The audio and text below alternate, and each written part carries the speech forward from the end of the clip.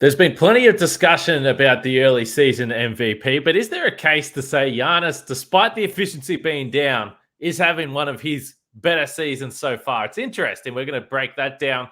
We also got an injury update, not from Mike Budenholzer, but potentially from assistant coach Mike Dunlap. He is busy on Twitter. He's a great follow. We're going to talk about the injuries. And then I've got a question. We haven't spoken enough about Grayson Allen, Justin, so I'm going to ask you about Grayson Allen. You are Locked On Bucks, your daily Milwaukee Bucks podcast, part of the Locked On Podcast Network, your team every day. Welcome to Locked On Bucks. My name's Kane Pittman. You can see and hear me on this show Monday to Friday, and also find my other work over at ESPN alongside me from the Bucks Radio Network, in-game analyst Justin Garcia, back for his first podcast this week. We thank you for making Locked On Bucks your first watch or first listen. I say it every day, but YouTube is going absolutely off right now. We're getting close to 5K subscriptions. We want to get way more than that. Ultimately, I want to be at 10K by the end of this NBA season. But first, we have to get to 5K. So if you haven't subscribed, make sure you do that. And then you'll also be alerted when we go to do live podcasts. We did one the other day. And that's where you can jump in the comments and have your questions up on the podcast. And we can roll through and have some fun with the live stuff. So we're going to be doing more of those. Got pretty good reviews, decent reviews. So we'll be doing more of those and getting everyone involved. But if you're just on the old school audio platform, we appreciate you too. Don't worry about that. We also appreciate Giannis, Justin. And look, we go through the MVP discussion pretty regularly throughout the season at different intervals. And we're at around the 20-game mark, so it's about quarter of the way through. Now, I've always argued that the early season MVP frontrunner rarely wins. But I think at this point, it's fair to say Giannis is in the mix, but not widely discussed as someone that is at the top of the pile right now. Is that a mistake? No, I don't think so. I think he's probably in a pretty good spot right now for what you just said of the person that comes out from the start. It usually isn't who ends up winning the MVP, that you either run out of steam or the narrative shift and somebody else starts to pick up midway through the season. But Giannis has been kind of lurking there. I know, I think Zach Lowe and Kevin Arnovitz or Kevin Pelton just did their, Kevin Pelton just did their top 5 MVPs. And Giannis was, I think, 5th and out of the mix for the two of them. So, wow. I mean, when you look at it, Luka and what he did for the first 8 or so games of the season is obviously, and the fact that he's leading the league in scoring, it's not hard to argue with that. It's not hard to argue with what Steph Curry has done, especially when you look at the struggles that the Warriors as a team have had outside of what Steph Curry is doing here. And there's going to be a number of names that pop up throughout the course of the season.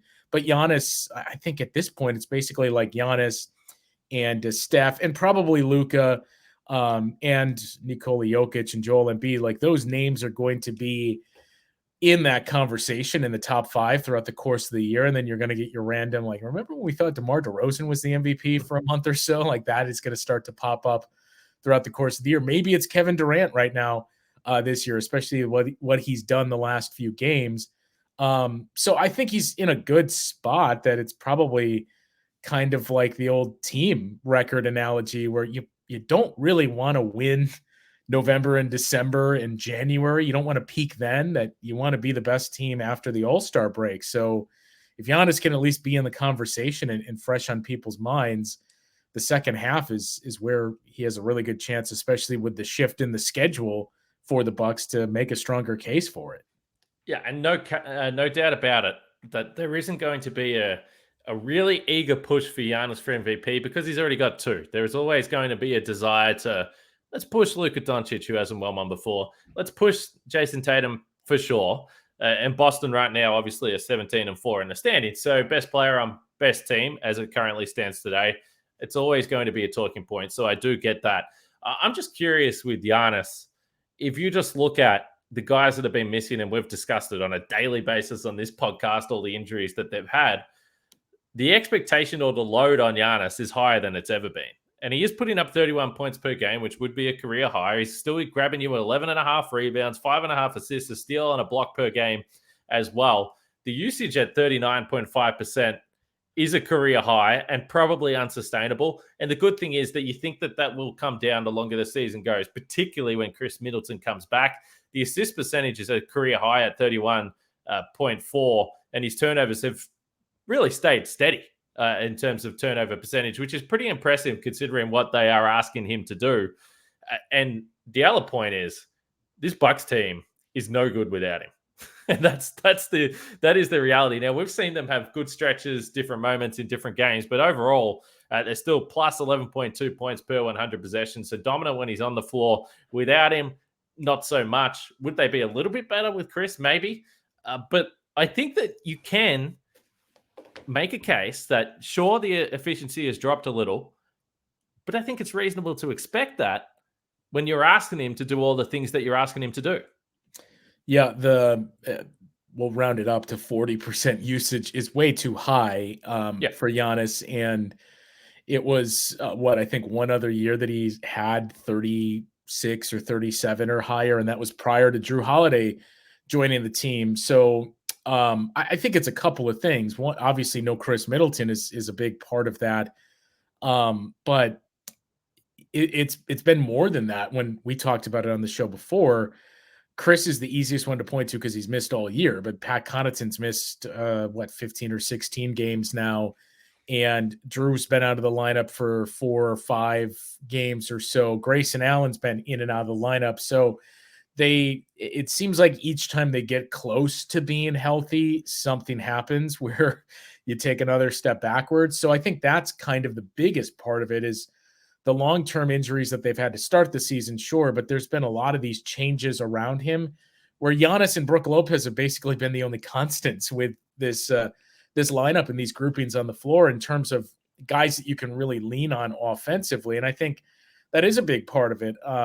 For all of the talk that had gone on for a week or so about Giannis's slump, up until Friday night, you can't not mention that when you say, well, look at the guys that are on the floor with him. And it's not a knock on his teammates, but it's not what you were hoping to have or expected to have. And we've seen just some of these adjustments of getting more familiarity with some of these and knowing where guys are going to be. I mean, he has that built-in chemistry with Khris, and it's just changed so much, especially when you look at, even Javon Carter in the starting lineup, how that changes that it's a defensive lineup and it's not necessarily offensive. So I think these struggles and this slump that has gotten a lot of attention prior to the Cavs and Mavs games are almost entirely because Giannis has had to take on this greater workload.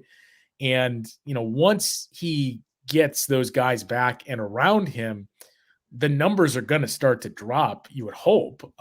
But his efficiency is going to rise. And that's the only thing that really makes sense for some of these numbers. When you look at the points created per shot attempt and his shooting percentage outside of the restricted area, where I think he's never been below 60% on twos since Bud arrived, and it was 55 or 56%. And it's just a lot of defenses looking at these groupings on the floor and saying, okay, it's just Giannis. So he's getting everything that we've got. And, it also doesn't help that the Bucks as a team have really struggled to shoot the ball for the first 2 months of the season. Even against the Mavs, it was kind of pick your poison, where we were joking about it during the game that Giannis was just dominating, and especially against the Cavs when you thought there'd be more restriction against their interior. But against the Mavs, you knew, well, he's going to be able to feast with no rim protection here.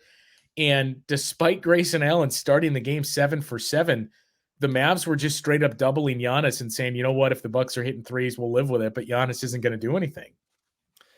That's exactly right. And I think if you look at some of the other players, the high usage guys that have been asked to do a lot, obviously Doncic stands out.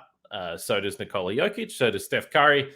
And if you're looking for other reasons to push Giannis, you say, okay, well, the Bucks have had all these injuries. A lot of it's left to Giannis. look at their record and then compare it to those other three teams where their record is pretty mediocre and sort of hovering around that 500 mark. And yes, it's obviously very early, but this is your quarterway MVP discussion. Then you look at Boston and even the on-off stuff with Boston, they're just really good whether or not Jason Tatum's on the floor. And you say, okay, that's very interesting. We know Boston are a deep team, but I think that the fact that a team could potentially completely fall apart without one player on the floor, I think is the definition of MVP. So either way, as we said, the goal is to win a title. So hopefully by April, Giannis isn't being asked to do the same level of stuff that he's being asked to do now. But for that to be the case, they need a couple of other guys to return to the lineup. And assistant coach Mike Dunlap just sent Twitter into a craze today, and we're going to talk about that after I talk about our friends at Turo, a good sponsor of the podcast here. Turo is the world's largest car-sharing marketplace. With Turo, you can book any car you want wherever you want it from a community of local hosts. Browse a huge selection of vehicles for just about any occasion or budget across the US, UK, Canada, and Australia, which is good news because I'm thinking about driving to Adelaide in a couple of days' time to cover a game. Not locked in. I'll need to get a car. Maybe I can hit up Turo and they'll be able to help me out there. So you can test drive whatever you want. What about the new electric vehicle you've had your eye on to see how it fits your everyday life? Many Turo hosts can even deliver the car right to your door. Every trip is backed by liability insurance. Terms, conditions, and exclusions apply. Forget boring rental cars. Find your drive at Turo.com. Also, don't forget to check out the Locked On Sports Today podcast. We thank you for making Locked On Bucks your first listen, but Locked On Sports can be your second listen. From the games that matter to the most and biggest stories in sports. Go behind the scoreboard and behind the scenes with local experts and insights only Locked On can provide. Locked On Sports Today, available on this app, YouTube, and wherever you get your podcasts. Mike Dunlap, by the way, speaking of Australia, Mike Dunlap coached in Australia back in the day. So he's also a man that is well known in this part of the world. And I've got two tweets here. I'm not sure which is which. I'm just going to hit one, and that's going to determine where we go with this conversation. So here it is. The tweet from @Coach Mike Dunlap. Very active on Twitter, just with thoughts, post-game, whatever it may be. So this is the tweet. It says, Bucks Mavs ball down. Both teams shoot three ball, and therefore no lead is safe. GA percolating at magic level. BL covering paint and rim. JH and JC smothering D. BP middle game as nasty as his post-up game. But then he adds in the notes, and you're like, okay, that's a fair description of the game there, Coach. We appreciate that. And then he says notes. PC coming back, only played 10 minutes in this game, remember? And he says KM is close. Khris Middleton close. Interesting. And he says JI, Joe Ingles, Xmas surprise? What does that mean? And Bucks fans, our secret weapon. So that's a bit of a hat tip to the Bucks crowd, which has been fantastic on this homestand. Do you want to start with Khris Middleton or Joe Ingles? Because both, I think, caught the attention of Bucks fans. Well, we don't know that he means Chris when he says KM or Joe when he says JI. So I think Bud is probably going to have a word with him. But remember when Charles Lee in the preseason said, yeah, we're going to defend the three-point line a little bit more. And then the next time Bud's like, no, he's lying. I don't know whether at practice day or when these tweets came out, if Eric or whoever it was specifically said, hey, Bud, did you catch Mike Dunlap's tweet today? Joe Ingles is good for Christmas, but yeah, you might be right. He might not love that. Well, they would be wise not to bring it up to Bud and just kind of, hope he never sees that so we continue to get some of these tweets. I guess we'll start with the Chris one because that's the one we anticipate is going to return prior to anyone else. But I got to tell you, part of me is thinking, man, I didn't really envision Khris Middleton not making his way back to the floor prior to a handful of these guys that we've started to see coming back or nearing their comeback across the league here. So that's kind of like a few people have started to bring up, man, when are you going to get worried about Khris Middleton? And I've always kind of maintained, well, I never anticipated it would be in October. I thought it'd be sometime in November, but kind of joked, well, I mean, if we get to the end of November and there's no word, then I guess you can kind of raise an eyebrow. And now here we are at the end of November. I'm going to push and move the goalposts again and say, look, if it's mid-December and he's not back, then I'm officially raising the second eyebrow as well. But I think the frustrating part is there was never a timeline. And I think there's probably, I know Bud, you get the sense, was kind of growing sick of answering the questions about Pat early in the season, because they did put a timeline on his return, and it was 2 weeks after that timeline that he returned. And the closest we got to an answer was basically, we should have never said 3 weeks from the start. It was probably a little more than that. With Khris, we just keep hearing, well, he's close. And before the game on Sunday, Bud was asked again about Khris and his timeline, especially when we continue to see Khris Middleton assigned to the Herd and practicing with the Herd. And his answer was, there's no specific timeline, but we're getting closer. And even Bud kind of paused and added, I know that's vague and that's getting old, but he is getting close, and all these reps he's getting with the Herd are helpful. So I mean, you always get in trouble when you assume things with the Bucks and status of injuries. I'm guessing Khris is going to be back next week, maybe prior to that. But I mean, where there's smoke, there's fire, and he keeps getting practice reps with the Herd. I certainly, if he is back prior to that, I would not anticipate him to play in both games this weekend. But maybe he'll be back late this weekend, but it just feels like next week for Khris. I tell you what, it would have been funnier if Mike Dunlap tweeted, KM back. Who knows? Nobody knows when Khris is coming back. But look, I understand why the fans get a little bit frustrated. But yeah, as I've pointed to, I think I would say that the Bucks medical staff in particular has built up enough trust to just say, okay, well, look, the team's 14-5. There are reasons why you want him back, including what we discussed in the first segment of this show, obviously the toll that it's taking on Giannis. But if we remember back to a lot of years, Khris has been a bit of a slow starter into the season. Conditioning, it's a little bit strange that conditioning has been brought up so much from Bud, because as we said, it's a wrist injury. I don't know why that stopped him from running, but we see it sometimes with teams that year on year have success, and the players and everyone talks about the toll of the 82 games plus 15 to 20 postseason games that you play. We know some of these seasons have been condensed over the last few years.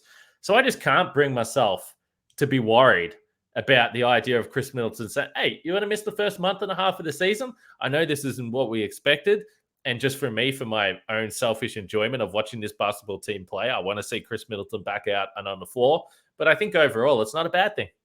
Take your time. The team's winning. This is a long season.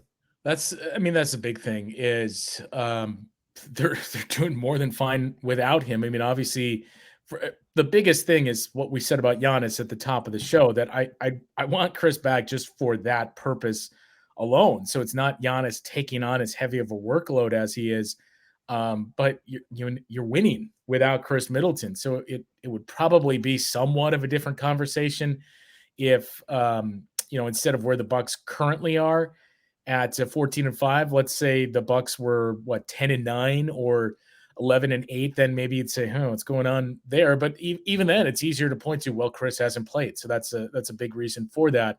The baffling, it's not even baffling. The strange thing to me is coming into the season,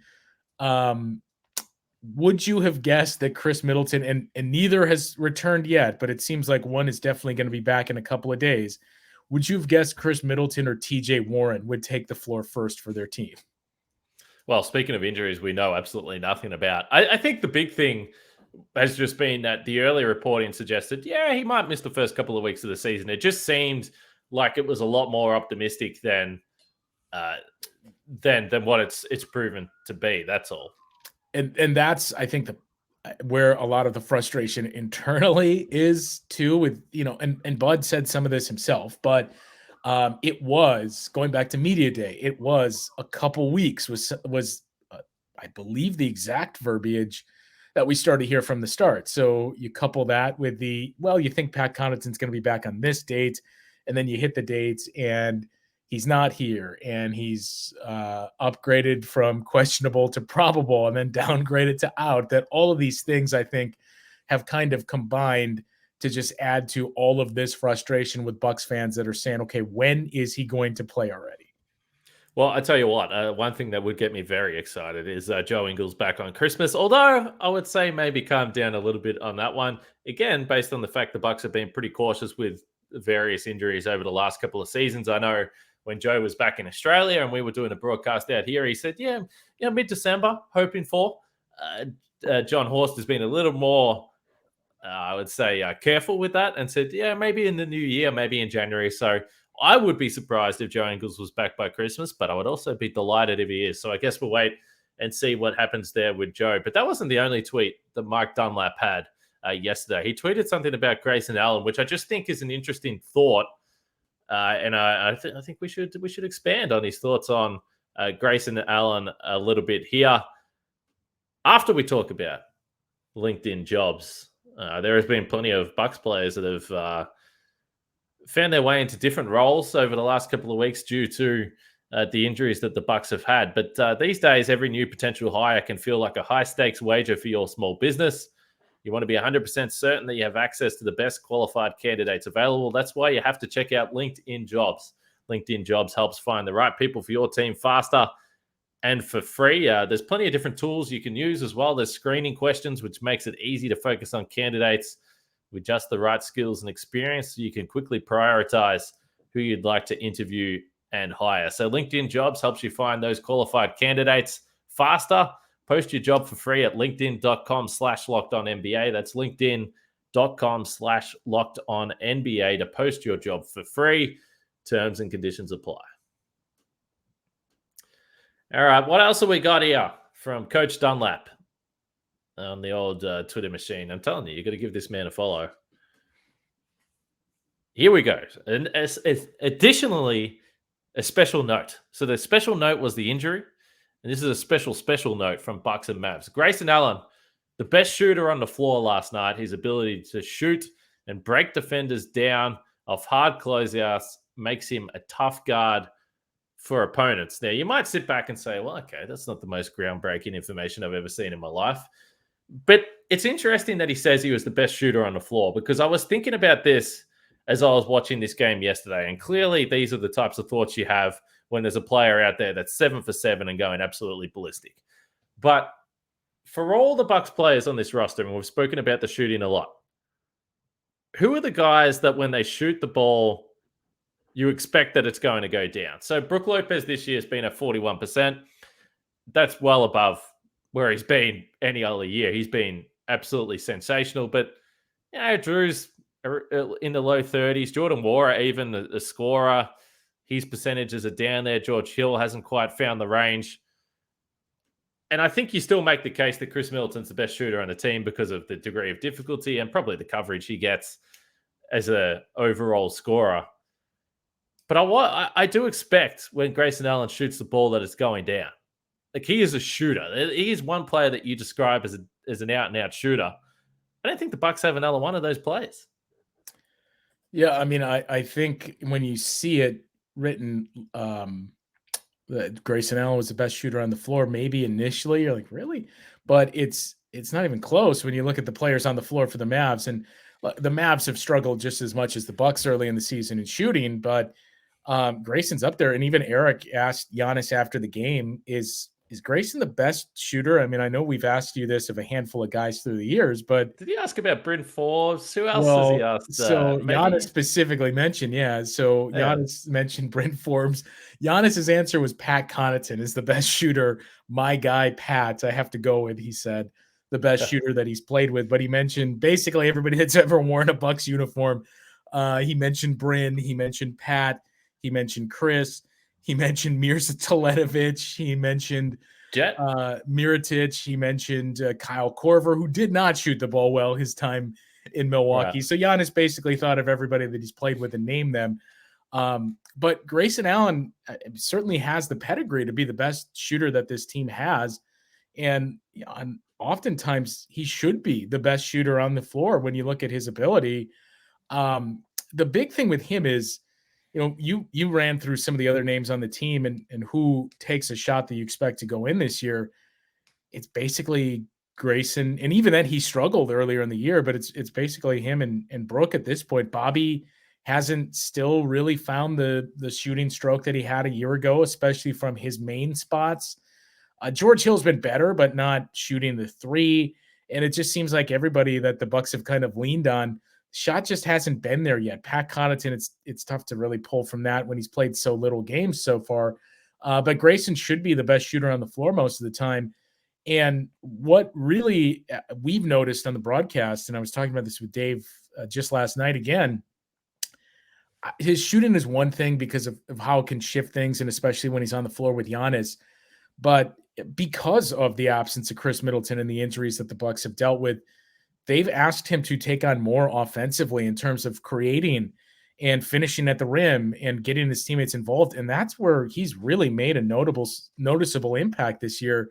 And I think gotten much better when you look at him putting the ball on the floor and attacking. A lot of times you feel like you want him to be more aggressive because he's penetrating and kicking, when he's shown ability to be a much better finisher around the basket. That's where it's really noticeable. And that's what's going to help him even more so than just being a catch and shoot guy. Yeah, I don't think that he tries to do too much as well. Sometimes on those drives to the basket, he might get caught in a little bit of traffic. I mean, he's not an elite finisher at the rim, but he's up at around in the mid 60s. And like, that's not bad. And I'll say this too. I agree that sometimes, I'm not going to say it's not like there's no plan, but sometimes it's like, oh, I got to go to plan B, and you get caught in traffic. Of everybody on the team, he seems to be the guy most able to get out of that, and it doesn't result in turnover when you leave your feet and you're passing the ball. Like, he seems to have the most success. Granted, you don't want to make a living on that, but he seems to be the guy that gets out of that jam more often than not. If there was one thing I would say, he almost looked like he was going to throw one down yesterday, and Bobby Portis was telling him, "Dunk the ball, don't lay it in." That's the only thing I would say with Grayson. Like, he's an athlete. There are opportunities where maybe he might go for the reverse or a little finger roll, and you're like, just take a body. I'm looking for a Grayson Allen poster this season. That's what I'm hanging out for. But I just thought it was worth mentioning. Yes, I am pushing a narrative that I believe in, that it would be risky business for the Bucks to trade away their best shooter on the team with questionable shooters. But that's a coach tweeting about Grayson Allen and the impact he had on the floor. All right. As we wrap this up, how's the analyst role going? I have to say, we had a couple of comments on the YouTube praising the work you've been doing. How are you enjoying it? Oh, wow. I'm surprised it's not, man. Why is there more of this guy? We get Garcia off. Not only do I have to listen to Garcia on Locked On Bucks, I'm trying to listen to the radio, and now I've got him on there. I mean, it's going so far so good. They still haven't told me to stop doing it. So until that day comes, then it's going to be a different conversation. But so far so good. And I mean, as you know, and most people that do this know, it's been like, people have asked me, not to make this entirely about me, but like, how much has this changed, what you're doing? And I think the big thing, it's not just with this, it's with everything you do is, so this is my 8th year on the broadcast. For the last 6 or so years, when I really started to get more comfortable and have more of my bearings on those broadcasts, I've really done preparation as if, something's going to happen to my counterparts on those broadcasts. And well, what if something happens? What if their car breaks down and they can't make it? Or what if they're not there? So for 5 or 6 years, I've been doing the prep work each game of watching the previous games for the opponent and digging into their notes and just being more familiar with them in case something would happen and you'd have to be in that role. So like, actually doing this and knowing going into the game, it really hasn't been that much of a change, because you just, it's like you hear every coach say with a bench players of, be ready when you're called upon. And that's what I've tried to do for the last few years. You're a true professional. And I understand that, because I spend about 10 hours a day preparing for our Locked On Bucks. So, and I'm sure everyone will absolutely believe that. Thank you for making Locked On Bucks your first listen of every day, though. As I said, before you wrap up, can I give one quick PSA? Because I see this a lot. Oh boy. And it's not even like a complaint. It's just I don't want people to have their hopes crushed. Okay. I continue to see people that are referencing, I think it's the NBA app for injuries. Yes. And they are wildly inaccurate and not reliable, where people keep pointing out like, oh, it says this player is a game time decision. Don't use if you're looking at the injuries, only look at the injury report that teams submit. Well, that is just solid advice. And more solid advice from me is to subscribe to Locked On Bucks. Wherever on the audio platform. I'm obviously pushing YouTube because we're able to do some more interactive stuff there. So make sure you do that and listen to the Locked On Sports Today podcast after you're done with this podcast today as well. We would appreciate that. Justin, you're a star and you're a professional talker. There's no doubt about that. And it's always good to hang out with you. I'm sure we'll do it again. Still another day off before the Bucks play the Knicks. I understand the guys need a rest, but when they have 2 days off, I don't know what to do with myself. But we're going to podcast tomorrow. Potentially Camille. She's a bit under the weather. Hopefully she's feeling better. If she is, we'll podcast. If not, maybe I'll do a live podcast. We'll figure it out. I'll work it out on the fly. But either way, we'll catch you guys tomorrow.